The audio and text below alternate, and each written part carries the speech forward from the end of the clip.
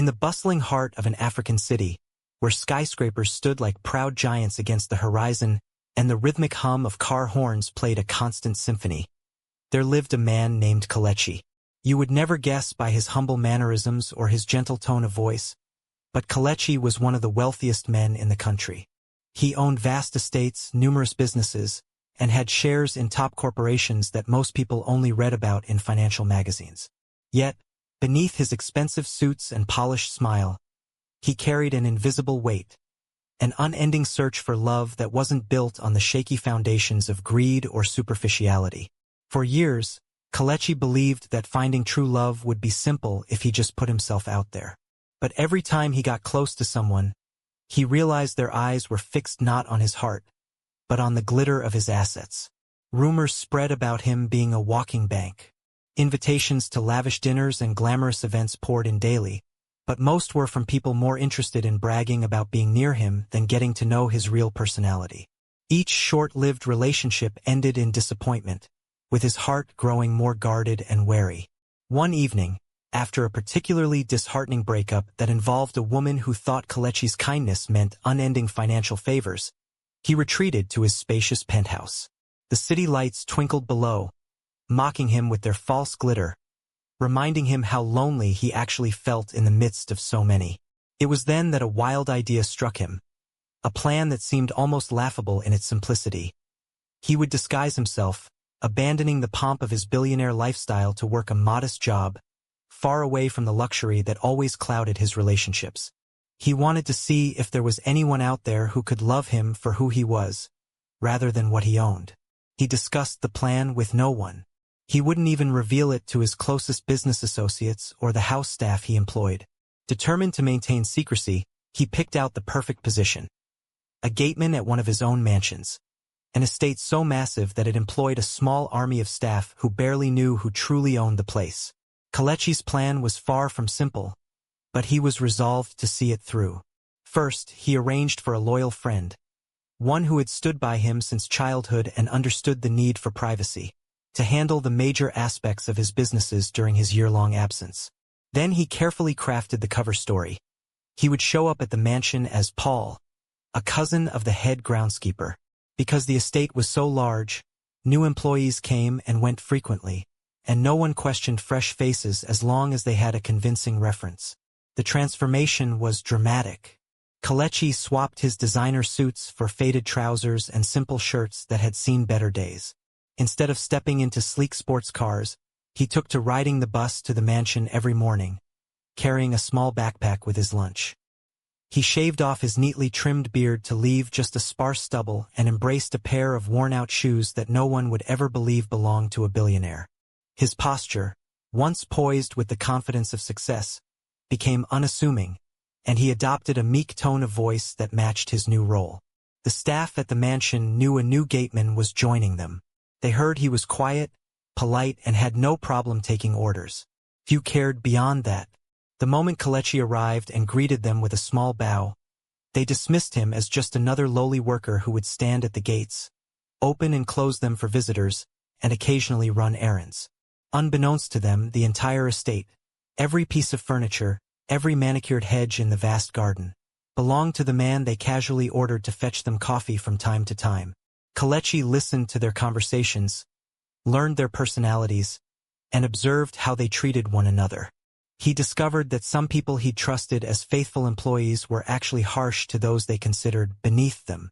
It was a sobering realization, but he kept his role intact, never breaking character, no matter how much it stung to see staff members speak ill of the real boss, not knowing he stood right in front of them.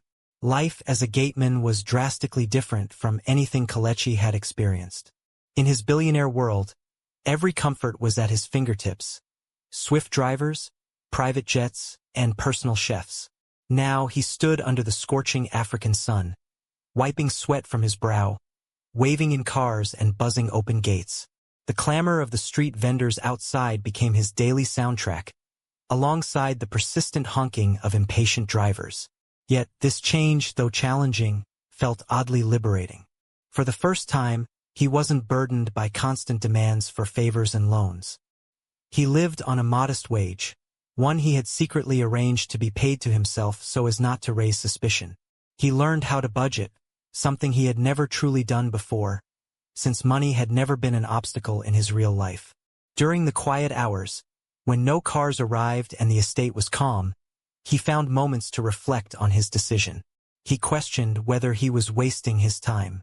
After all, he could have just as easily tested people's loyalty by going out without expensive clothing or traveling to remote areas without bodyguards. But he realized that, as a gateman, he was invisible. People revealed their true colors in front of the invisible worker. If someone was kind to him as a gateman, it meant that kindness was genuine, untainted by his wealth or social status. He put his theory to the test by observing how different individuals treated him. The arrogant ones threw keys at him to park cars they had no idea he actually owned.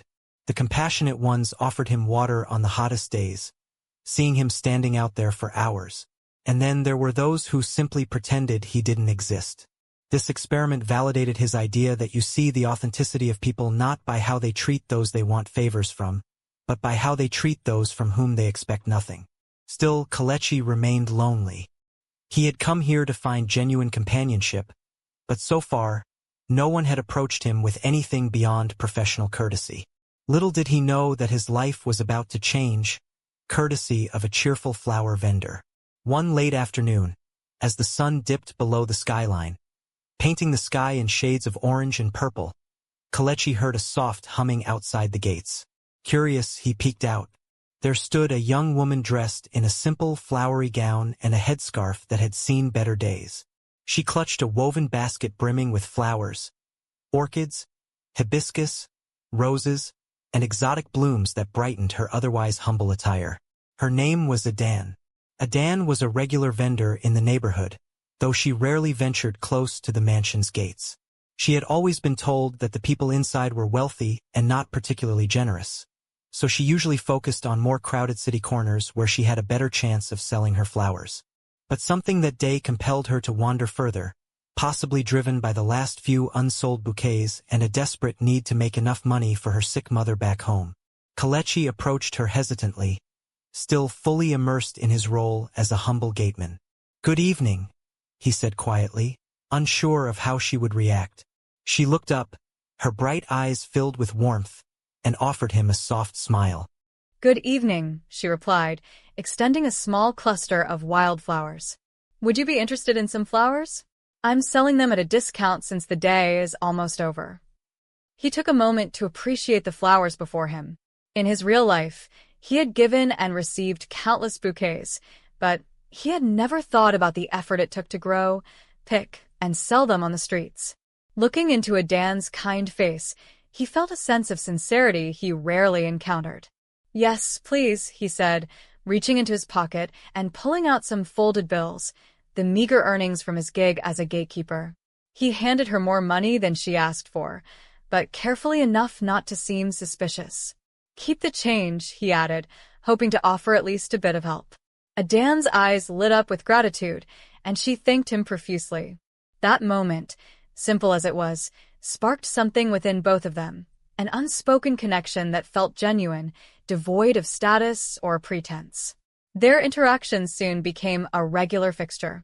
Every afternoon, Adan would station herself near the mansion gates just before the sun began its slow retreat. She never pestered Kelechi to buy from her.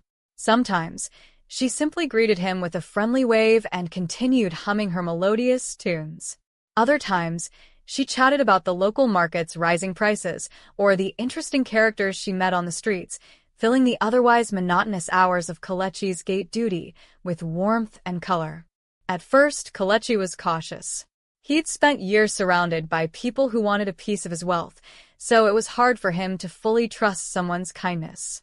Yet, Adan showed no signs of hidden agendas. She never asked for more money than her flowers were worth.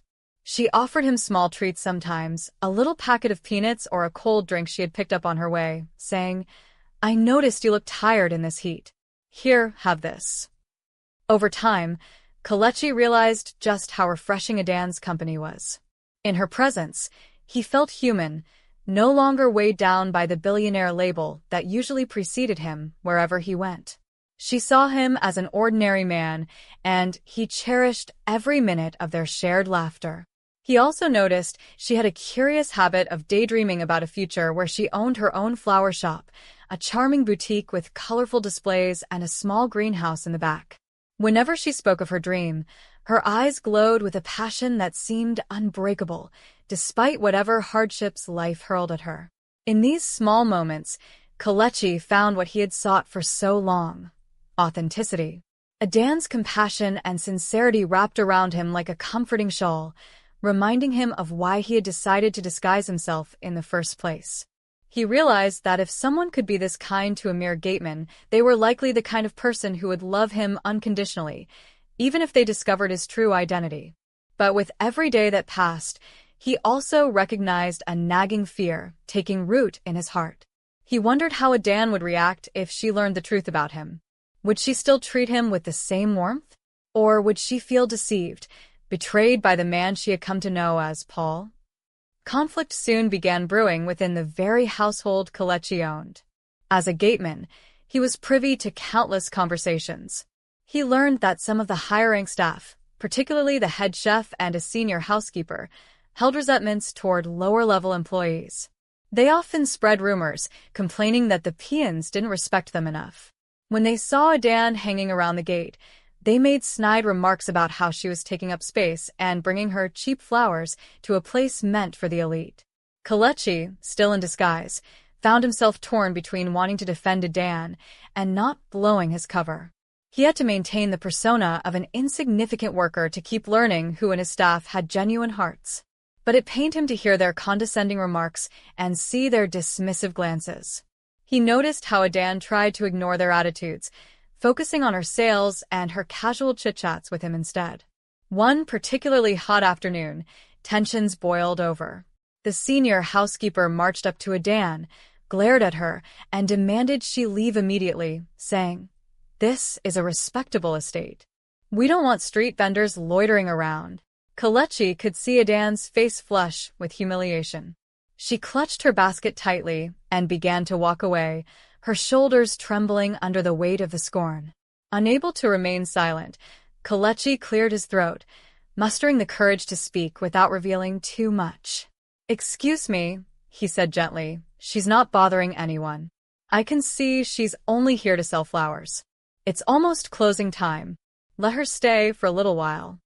The housekeeper shot him a cold, sharp look. "Who are you to question me? You're just a gateman. Remember your place." A tense silence followed. Adan, ashamed and close to tears, whispered her thanks to him before gathering her remaining flowers. She gave the housekeeper a sad nod and left quietly, leaving a hollow ache in Kelechi's heart. It became clear that adversity was inevitable. Not everyone respected the underprivileged. But it also opened Kelechi's eyes to the cruelty of those he employed, reaffirming his determination to find someone who cared for him beyond appearances and wealth. From that day forward, Adan tried to avoid conflict with the mansion staff. She adjusted her routine so that she arrived with her flowers a bit earlier, selling what she could to passers-by before the housekeeper noticed her presence. Still, she made sure to drop by the gate to share a brief smile or a few encouraging words with Kelechi. "Paul," she would say, using the only name she knew him by. "How are things today? Have they been giving you trouble?" Kelechi would reassure her he was fine, downplaying any tension to keep her from worrying. In these private moments, their bond deepened in subtle yet profound ways. They shared stories of their childhood dreams, of victories and disappointments, of friends lost and found. Each conversation knitted their hearts closer.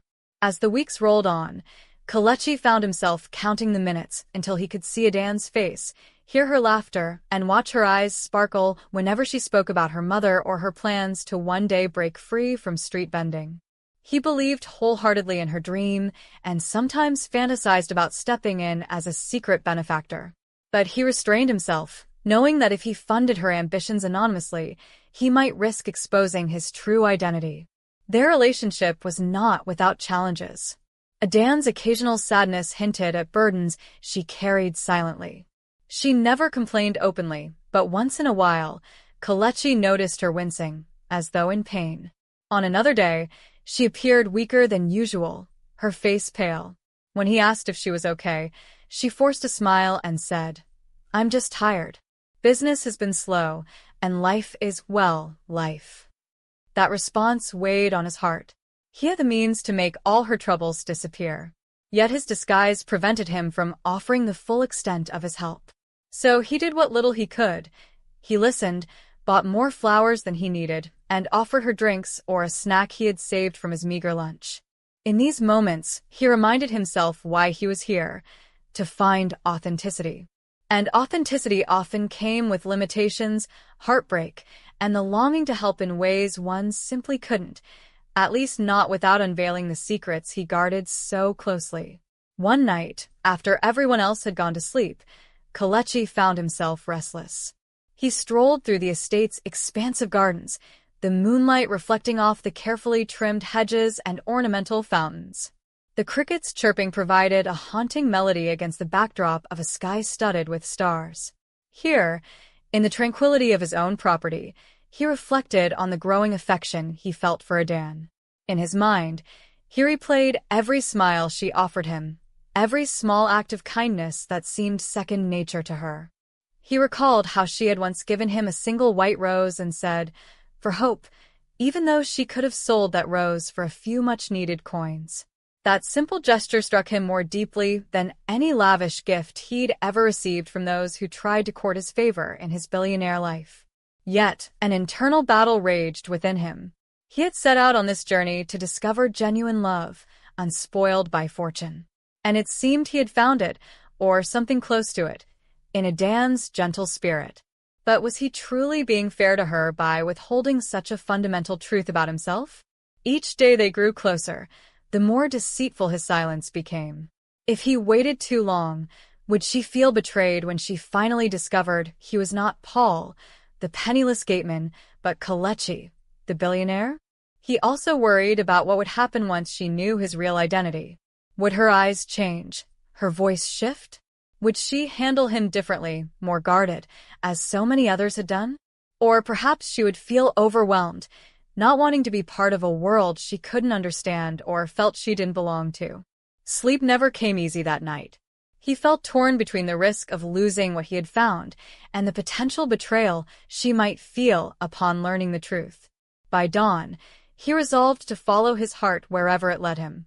He would tell her the truth eventually, but only after he was certain she cared for the man beneath the disguise.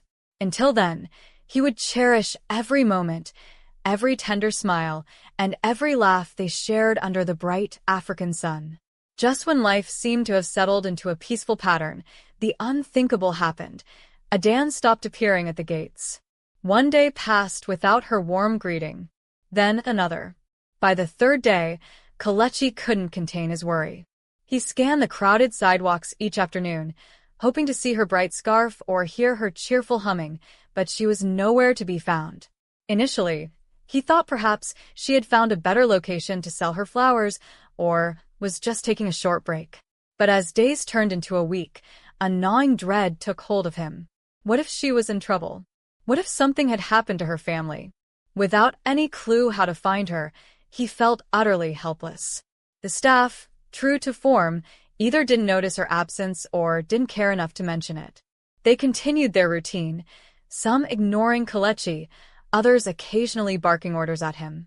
He realized with painful clarity that, for them, a simple flower vendor was inconsequential. But for him, she was the highlight of every day, a reminder that life could be bright and hopeful even in the humblest circumstances. Unable to hold himself back any longer, Kelechi decided to look for her. Under the pretense of running errands for the mansion, he ventured into the bustling city streets. He wandered through markets she had mentioned, visited street corners where flower sellers gathered, and even asked a few vendors if they had seen a young woman named Adan who wore a colorful headscarf and carried a basket of blossoms. Some recognized the description but hadn't seen her in days. Others shrugged, too busy hawking their own goods to recall a single vendor among so many. His anxiety mounted with each fruitless inquiry. He couldn't confide in anyone at the mansion for fear of exposing his double life. Each night, He returned to his small gateman's quarters with a heavy heart, cursing himself for not having asked for her address or any specific detail that could help him locate her. The only thing he knew was her name, and it wasn't enough to comb through a sprawling city. Determined not to give up, Kelechi continued his search. Every morning, he would show up for work at the crack of dawn, greet the staff, and ensure everything at the gate was in order. Then, during slower hours when there were few visitors, he would slip out and roam the city's winding streets under the guise of an errand. He asked shopkeepers, taxi drivers, and other flower vendors, describing Adan as best he could. She's kind, soft-spoken, always carrying fresh flowers, and loves to hum gentle tunes. He found a handful of people who remembered seeing her, but all pointed in different directions. No one knew where she lived or why she had suddenly vanished. Over time, his concern for Adan melded with self-reproach. He cursed the limitations of his disguise. If he had just told her who he was, he would have had the resources to support her, to ensure she never had to disappear. At night, he lay awake wondering what might have driven her away. Was she sick? Did some family emergency force her to leave town? Had the cruel staff at the mansion threatened her more harshly? Each possibility felt more distressing than the last. 2 weeks after her disappearance, Kelechi was on the verge of revealing his identity to the mansion staff, just so he could use every resource available to find her. The emotional toll of not knowing her whereabouts pushed him to the edge of his resolve. But a small voice inside reminded him of the consequences. Once he came clean, there would be no going back to anonymity. If he had to do it to save Adan, then so be it. Before he could make such a drastic move, a stroke of luck arrived. A street vendor who sold roasted maize near the main bus park recognized Adan's description. "I haven't seen her selling flowers lately," the vendor said, "but I think I spotted her once, heading into a small clinic at the edge of town." Hope flared in Kelechi's chest. A clinic. It might mean she was ill, but at least it was something, somewhere he could finally check. With renewed energy, Kelechi raced to the clinic. It was tucked away in a modest neighborhood, its dull gray walls and chipped paint suggesting limited funding. The place was small, a far cry from the well-equipped hospitals he was accustomed to in his world of wealth. He approached the receptionist, who eyed him warily. After all, he appeared to be just another low-income worker seeking medical help he probably couldn't afford. He cleared his throat and tried to steady his voice. "Good afternoon," he said. "I'm looking for someone named Adan. She's a flower vendor, and I heard she might be receiving treatment here." The receptionist's face softened. "Yes, I know Adan. She's been in and out of here for a while. Let me check if she's still here." She flipped through a set of patient records and then nodded. "She was admitted recently, room 205. Kelechi's heart pounded. She was here. He thanked the receptionist and hurried down the dimly lit hallway, past rows of chairs where anxious families waited, and finally stopped at a door with a small plaque reading 205. Gently, he knocked. A weak voice invited him in. He pushed the door open to find Adan lying on a narrow bed, her face pale and drawn. Even so, her eyes flickered with a semblance of that familiar kindness when she recognized him. "Paul," she whispered, her tone tinged with both relief and embarrassment. "How did you find me?" Kelechi struggled to keep his emotions in check.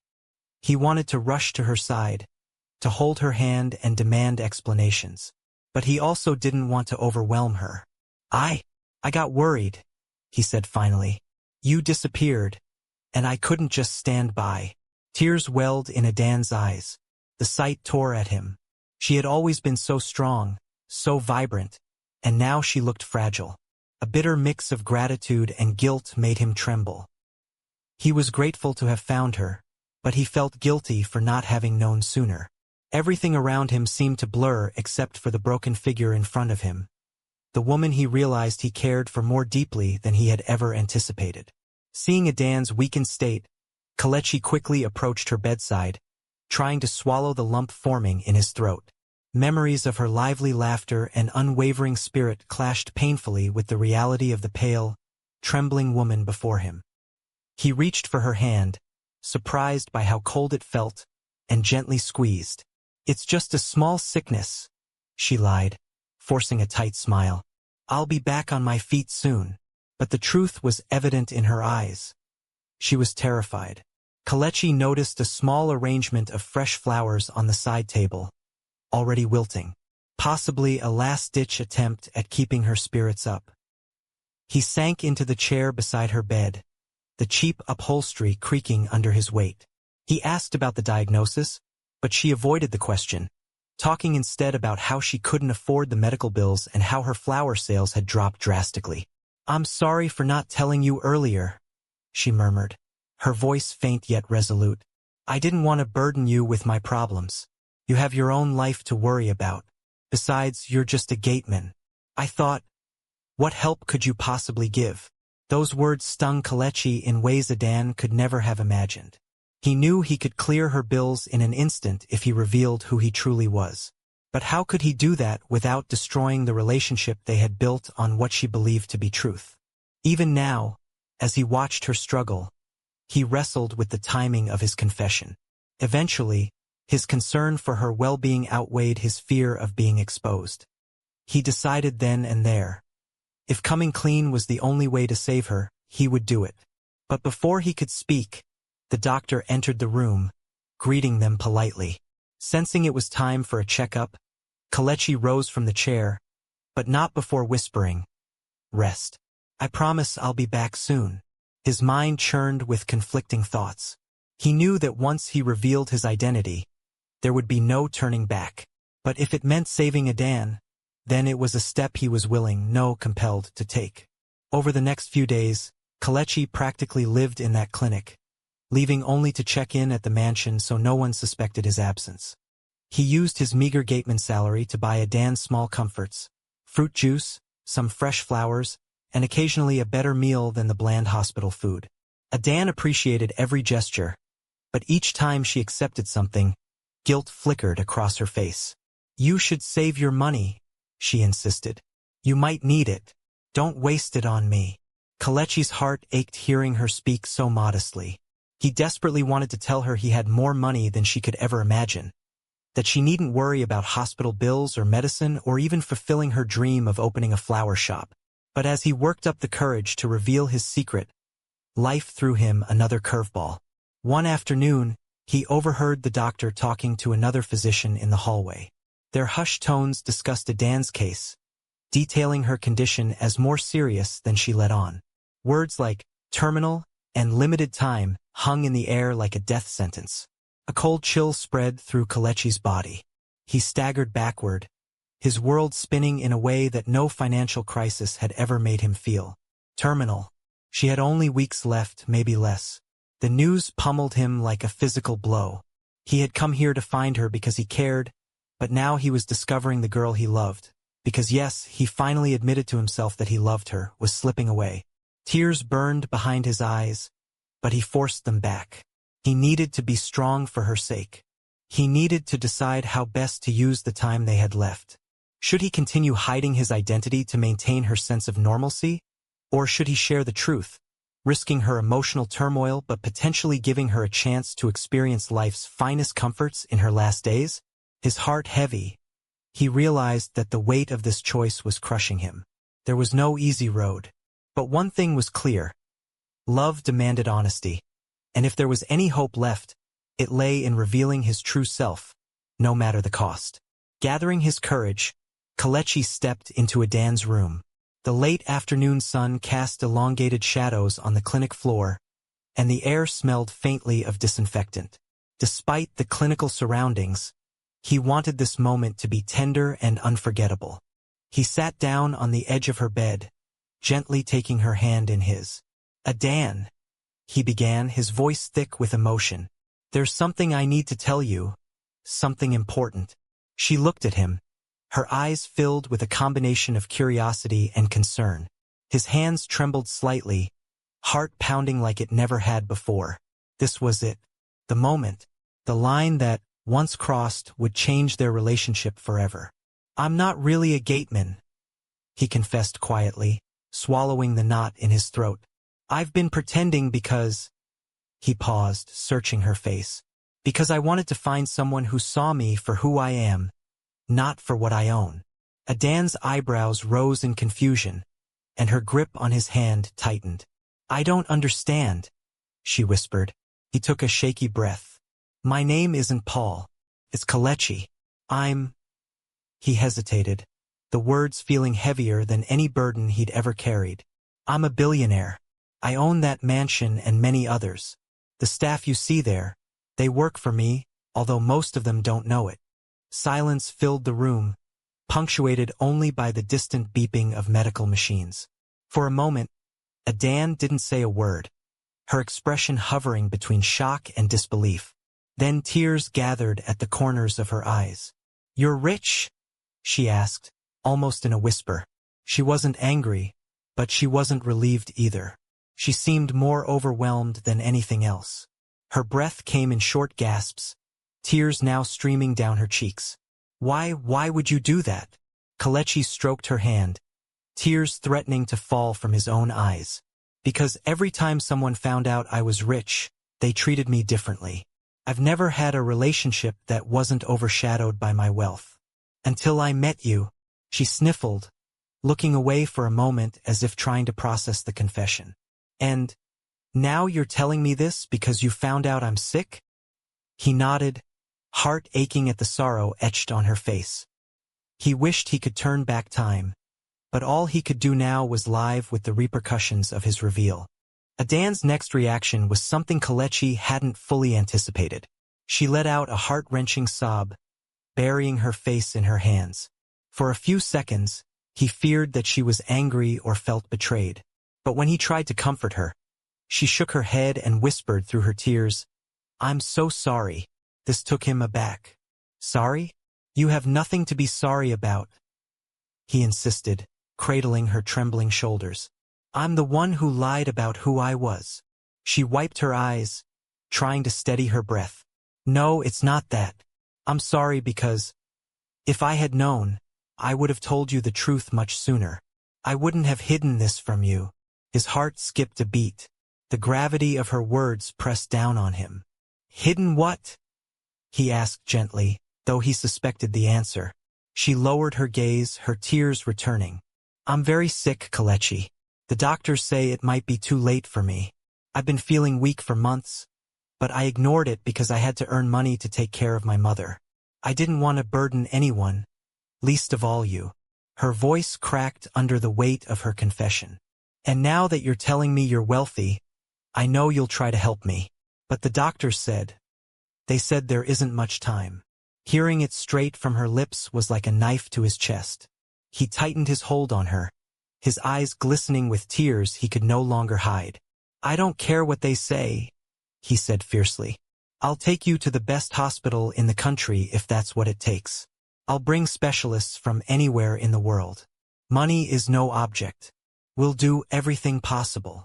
Adan managed a weak smile, touched by his desperation to save her.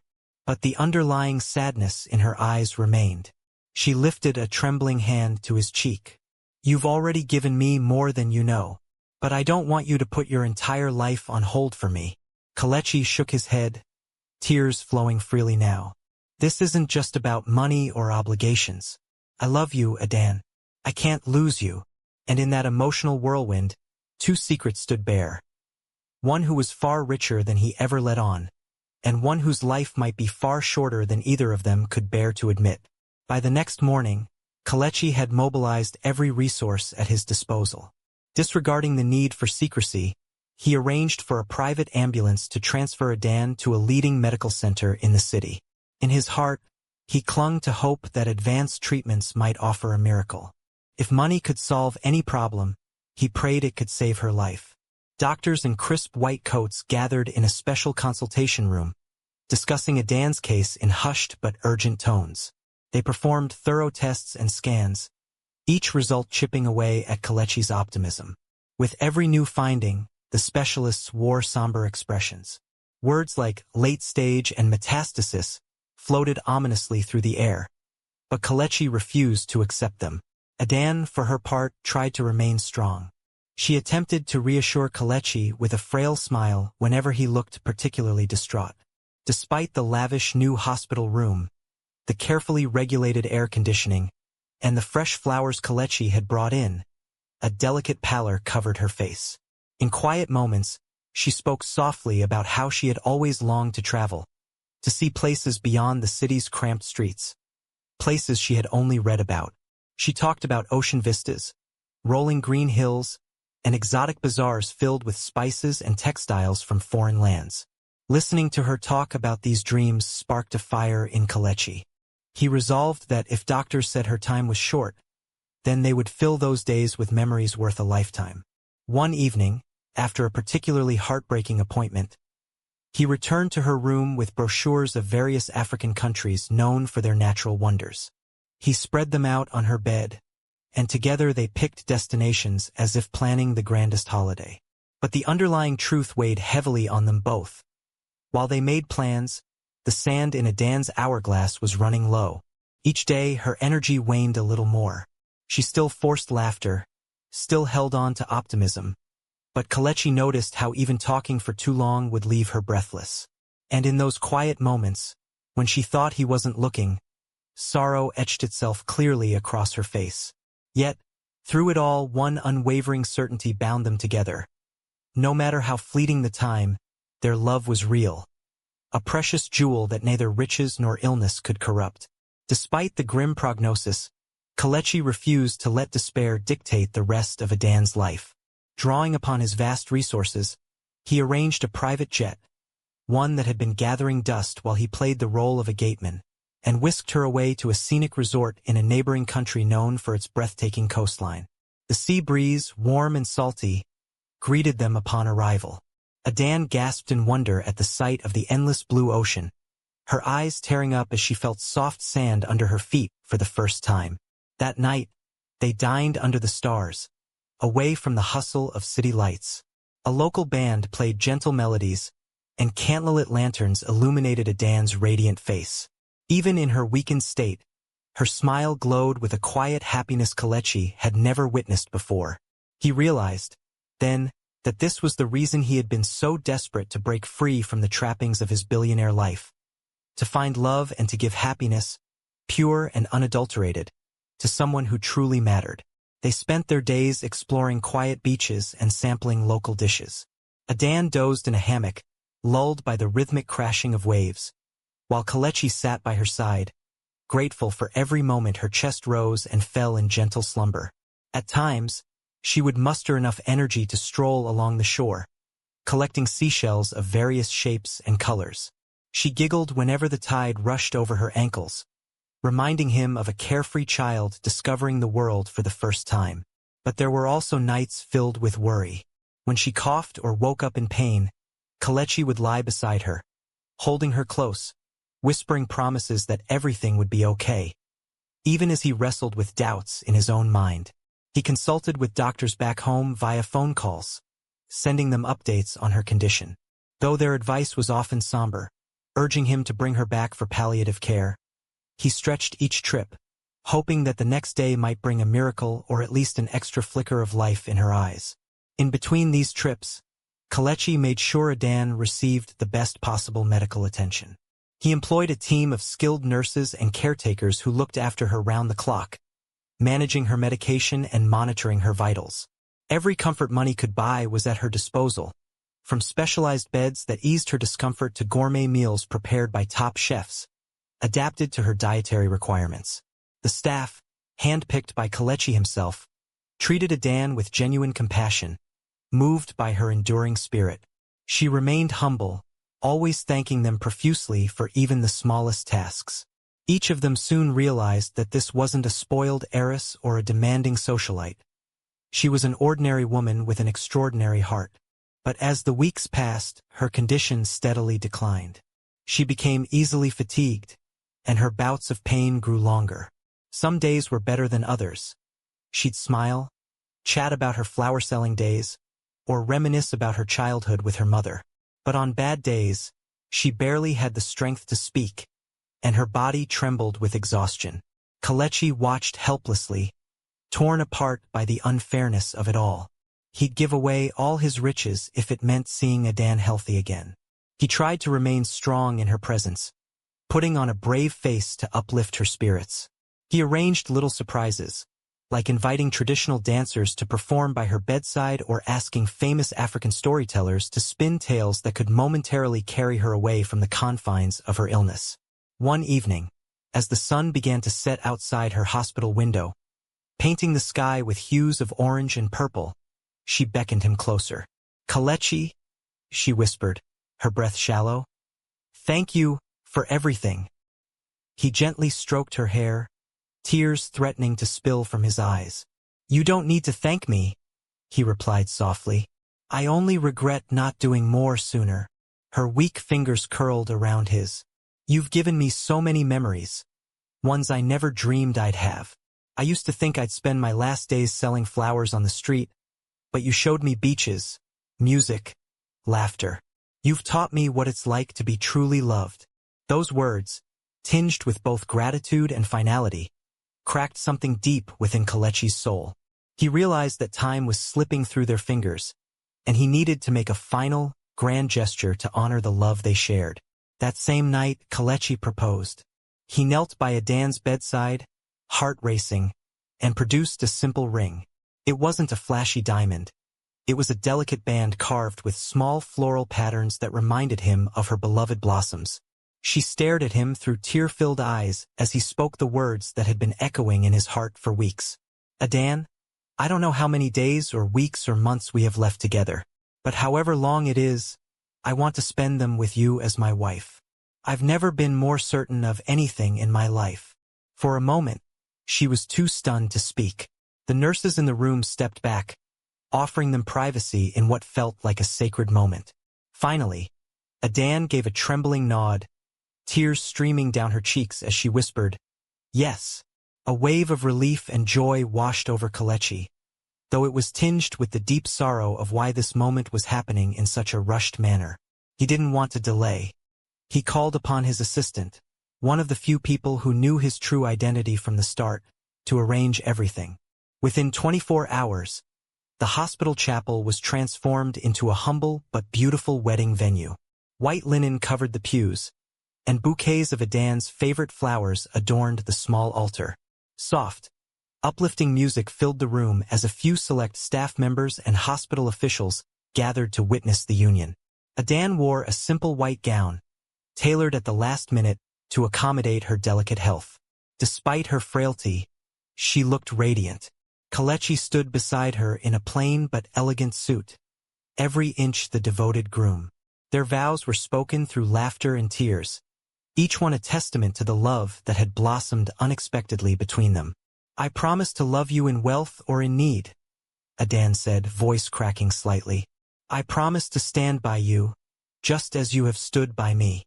Kelechi's voice shook with emotion as he replied, "I promise to cherish you every single day we have. You've taught me what true love is, and for that, I'm forever grateful." And so, in a small hospital chapel, they became husband and wife, fulfilling a dream they both had once believed impossible. The days that followed their intimate wedding were a whirlwind of tenderness. Kelechi spared no expense in creating precious memories, but he also focused on the simplest joys, watching sunsets together, sharing quiet conversations, and embracing in the stillness of the night when words weren't necessary. Every morning, he woke early to sit by Adan's bedside, reading aloud from books of African folktales. She loved stories of cunning tortoises and generous spirits, tales passed down through generations that spoke of humility, sacrifice, and love overcoming impossible odds. Sometimes, she would giggle at the witty animal characters. Other times, she would close her eyes, letting the soothing cadence of his voice carry her away from pain. On better days, Kelechi arranged short outings. One afternoon, they visited a serene botanical garden within the hospital complex. Adan marveled at the vibrant blooms, naming each flower as though reuniting with old friends. "These are African violets," she said, touching the petals softly. "And those are hibiscus. So many colors." Kelechi stood behind her wheelchair, quietly absorbing every sparkle of joy in her eyes. Yet, as much as they tried to cling to hope, Adan's strength waned with each passing day. There were nights when her breathing grew ragged, and her pain demanded stronger medication. Kelechi would hold her hand through it all, pressing cool compresses to her forehead, whispering words of love and comfort. In those desperate moments, he would have traded his entire empire for a chance to make her well again. But reality loomed over them like a dark, inevitable cloud. Doctors praised Kelechi for giving Adan a life of dignity, love, and comfort in her final days. But no amount of praise or gratitude could lessen the heartbreak of knowing how this story would inevitably end. Still, Kelechi refused to succumb to despair. As he looked into Adan's eyes, he held onto the fragile hope that miracles could happen. And if not, he resolved to make every remaining second of her life as beautiful and love-filled as possible. Inevitably, the final day arrived, unannounced yet inexorable. Adan had been growing weaker, her skin cold to the touch. The hospital room, once bustling with visits and lively laughter, now felt solemn and subdued. Kelechi had stayed up the entire previous night, refusing to leave her side for even a moment. As dawn broke, Adan's breathing grew shallow. A nurse came in to check her vitals, only to meet Kelechi's tear-filled gaze that silently conveyed the gravity of the situation. With a compassionate nod, the nurse left them alone, allowing them a final measure of privacy. Kelechi gently brushed a strand of hair from Adan's face. She opened her eyes, a faint smile curving her lips. "My husband," she whispered, her voice barely audible. He leaned in, pressing his forehead to hers. "I'm here," he whispered back, his own tears falling onto her pillow. "Always." Though it took all her remaining strength, Adan lifted a frail hand to touch his cheek. Her eyes glistened with love and acceptance.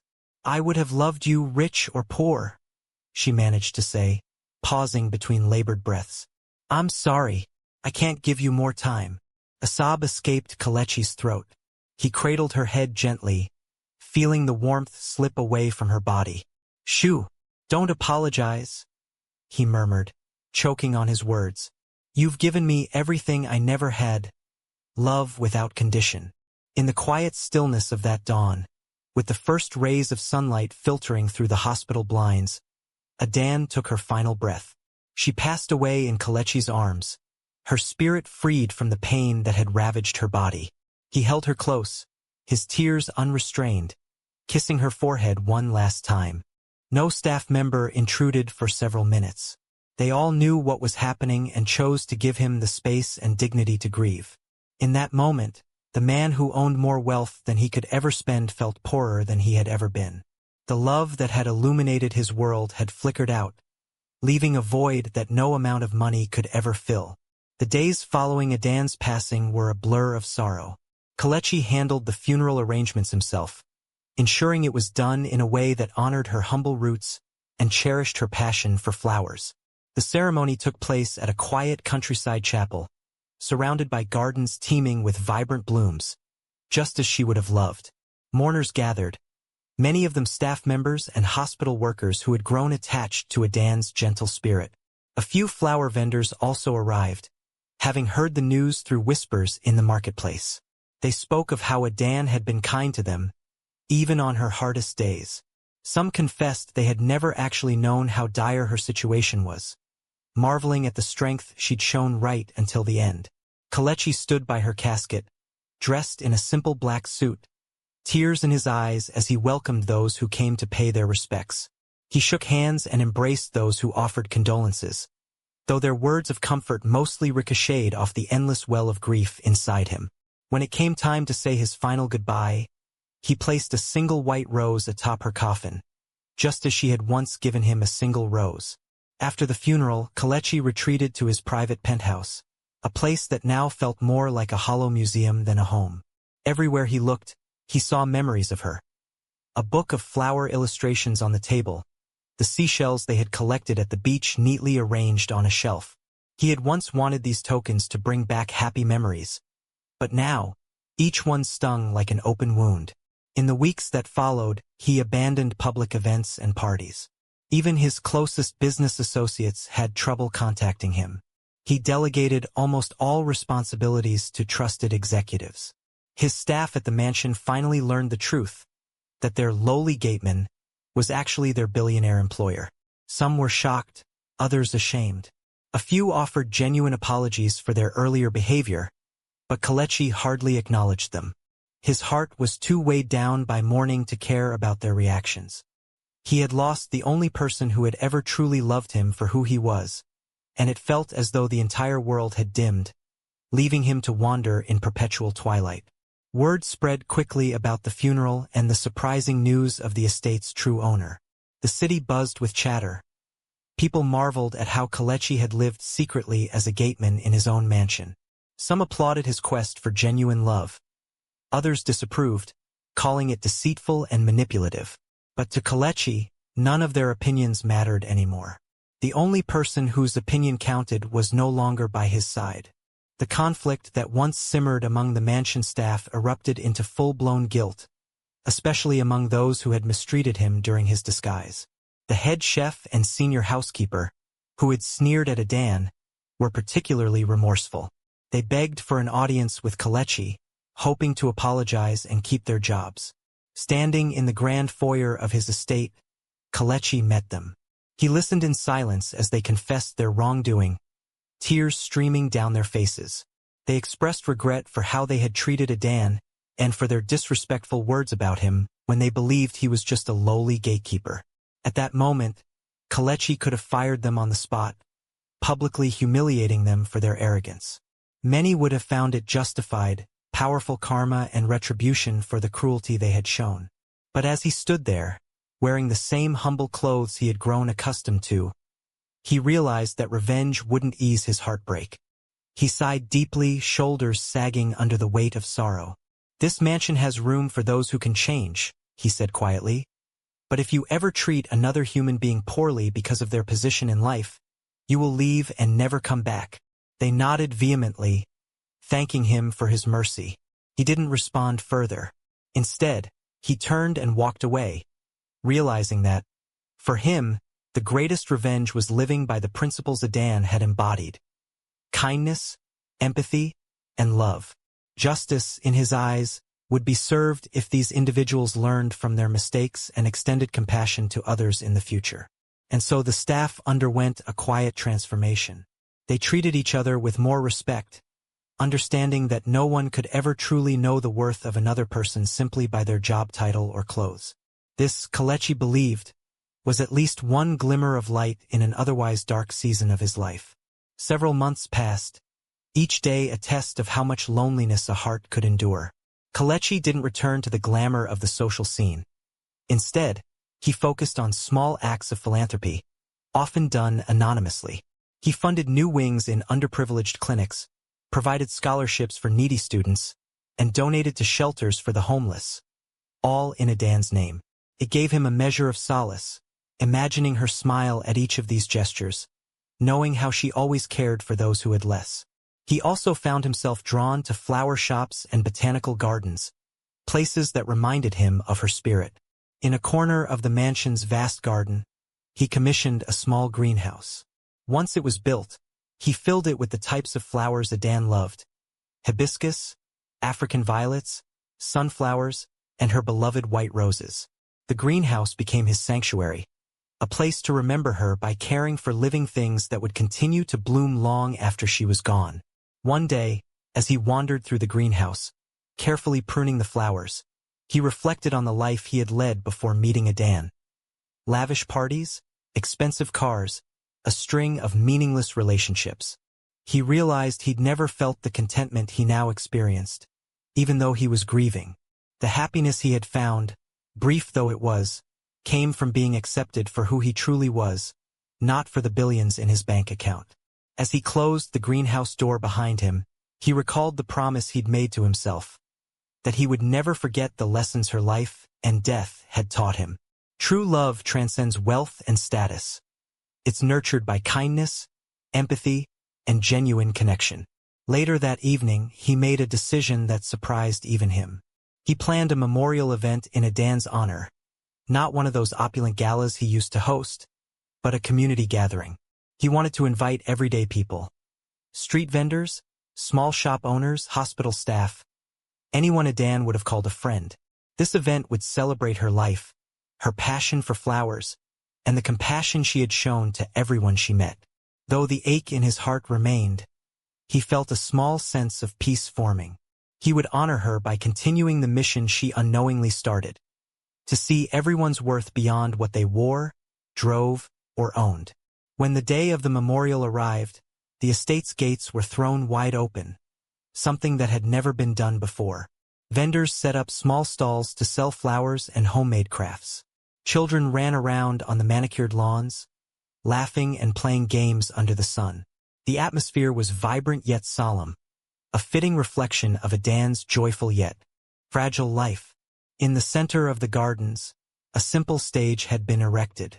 A large photograph of Adan, taken during one of her happy beach moments, stood at the front, framed by an arch of white roses.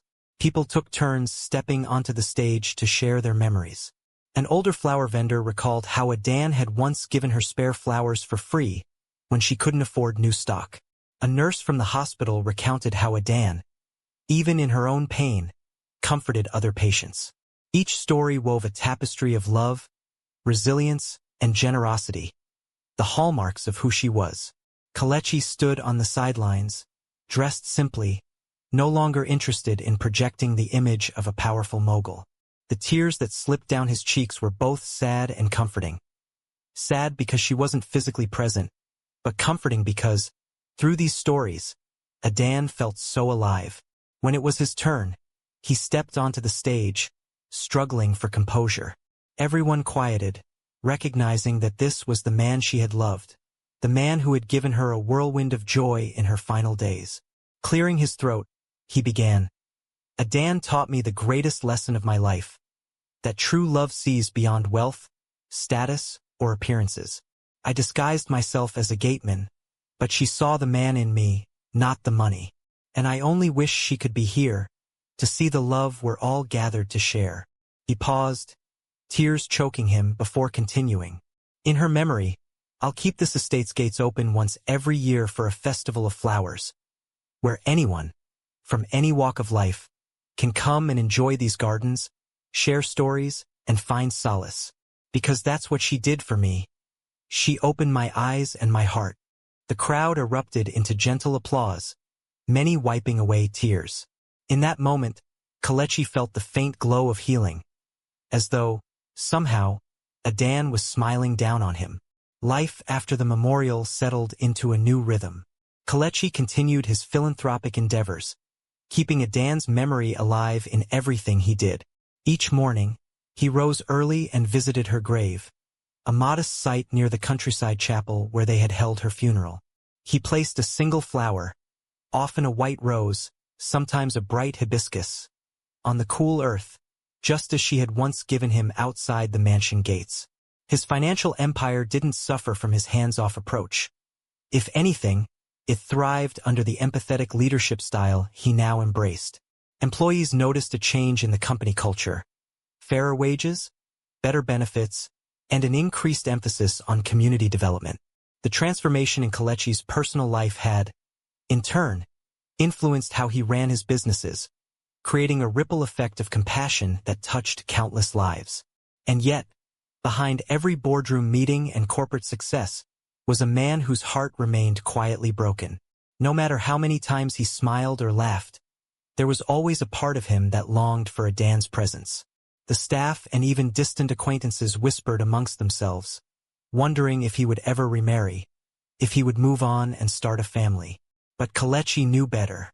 How could he replace a love so pure, one born out of the simplest acts of kindness? Every time he thought of meeting someone new, he felt as though he would be betraying the memory of the woman who had shown him genuine love without even knowing his real identity. His vow was silent yet resolute. He would keep her alive in his memory, cherishing the short time they had together as the most precious gift of his life. In this new life of service and compassion, he also found a different kind of fulfillment. Though the pain of losing Adan remained, he felt a deep sense of purpose in carrying out the lessons she had taught him. If loving someone beyond wealth meant doing all he could for others in need, then that would be his lifelong mission. A mission she had unwittingly inspired, leaving an indelible mark on his soul. Months stretched into a year, and the anniversary of Adan's passing loomed. Kelechi prepared to honor her memory with the first annual Festival of Flowers at the estate. Invitations went out far and wide, though not the usual gilded ones sent to VIPs and socialites. Instead, local communities, schools, and hospitals received warm, open invitations. The instructions were simple. Come, celebrate love and kindness, bring flowers if you wish, and share them with each other. When the day arrived, people thronged the mansion's gardens from all walks of life. Children from orphanages, elderly individuals from retirement homes, working-class families, and even a few wealthy patrons who had heard the event's touching backstory. The estate staff, once aloof and hierarchical, worked tirelessly to welcome everyone. Tables groaned under the weight of freshly prepared food, and musical performances echoed across the expansive lawns. Kelechi roamed the grounds, greeting guests and taking in the kaleidoscope of colors and laughter. Yet, there was a certain heaviness in his smile, a bittersweet twinge in his laughter. In the midst of so much life, he couldn't help but remember the vibrant presence that had taught him how to appreciate these very moments. A small group of children from a local primary school gave a performance on a makeshift stage. They sang an old folktale song about a cunning tortoise who learned the importance of humility and love. As Kelechi listened to their sweet, innocent voices, a wave of nostalgia gripped him. He remembered reading similar tales to Adan in her hospital bed. After the children finished, an elderly woman approached him, a gentle smile on her wrinkled face. I didn't know Adan personally, but I can see how much she meant to everyone here. You're honoring her beautifully, she said, pressing a small posy of flowers into his hands. Kelechi thanked her, tears stinging his eyes as he looked at the blossoms.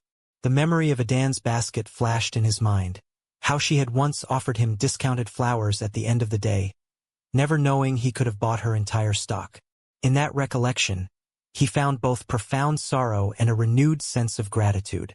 After the festival wound down and the guests departed, Kelechi retreated to a quiet corner of the garden.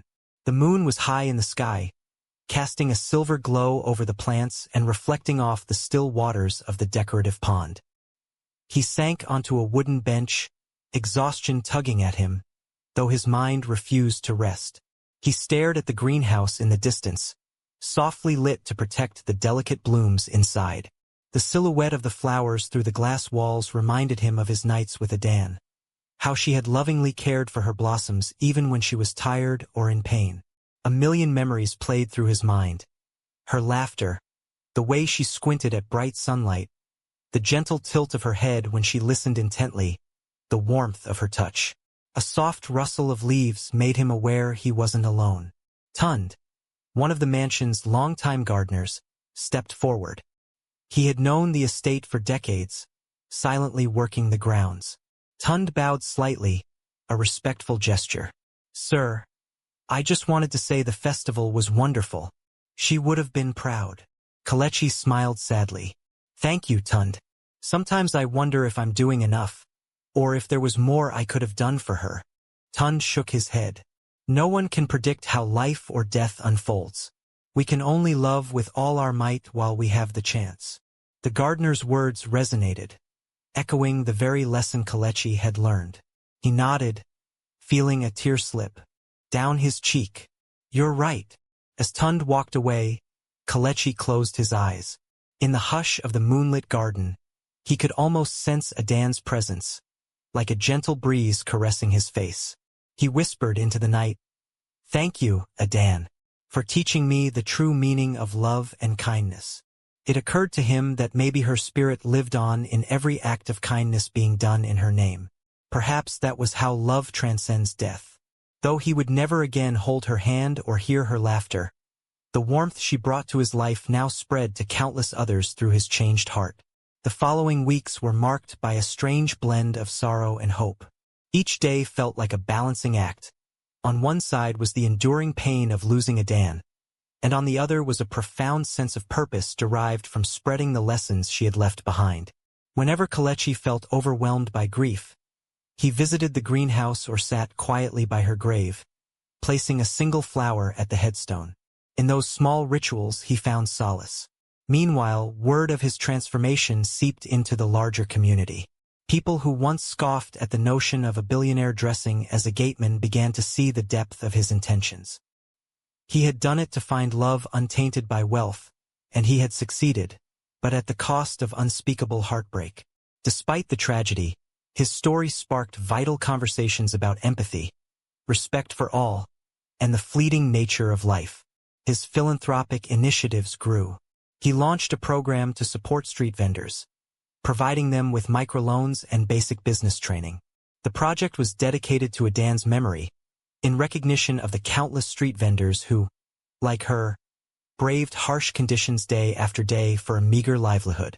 Some vendors who benefited from the program began naming their stalls after Adan, turning her name into a symbol of hope and perseverance. Though many applauded him, Kelechi rarely attended public ceremonies. He had no desire to bask in praise for what he viewed as the bare minimum of kindness and responsibility. His goals were self-driven, a way to honor the person who had been the catalyst for his transformation. Sometimes, in quiet reflection, he found himself grappling with the what-ifs.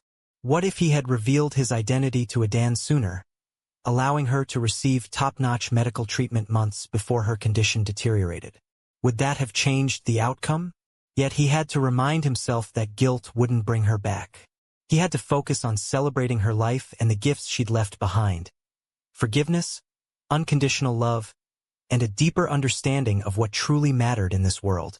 In the end, Kelechi chose not to remarry. He carried Adan's memory in his heart, living each day in the shadow of a love that was brief but life-changing. Often, he would stand at the gates of his mansion, remembering how he once stood there in disguise, how she had walked up to him with her basket of flowers, seeing only a humble man doing his job, not the fortune he possessed. Now, those gates opened wide to the public more often than ever before, ushering in a renewed spirit of community and acceptance. The once rigid hierarchy among the staff softened. The people who once scorned him learned firsthand that no job, however humble, defined a person's worth. In this, perhaps, was the greatest karma. They had become better human beings because of the woman they had once dismissed and the man they had ridiculed. As dawn broke on yet another day, Kelechi followed his usual routine, heading to the countryside chapel where Adan lay at rest. The early morning dew glistened on the grass, and the birds sang hymns in the trees. He knelt by her grave, quietly placing a single white rose upon the weathered headstone. In the hush of that moment, he felt an overwhelming blend of gratitude and sorrow. He whispered, "You taught me everything I needed to know about love. Thank you, Adan." With that, he stood, wiping away a solitary tear. Deep in his chest, he carried the echo of her final words. "I would have loved you, rich or poor." And now, dear reader, you've walked with Kelechi through his journey. Through his deception, his discovery, his heartbreak, and ultimately his transformation. Life can be shockingly cruel and unexpectedly beautiful all at once. But if there's one lesson to hold on to, it's that true love recognizes no material boundaries. It's found in small acts of kindness, in moments of genuine human connection, and, most powerfully, in loss that reminds us what really matters. If this story touched you in any way, please like this video, subscribe to my channel, and share it with your friends.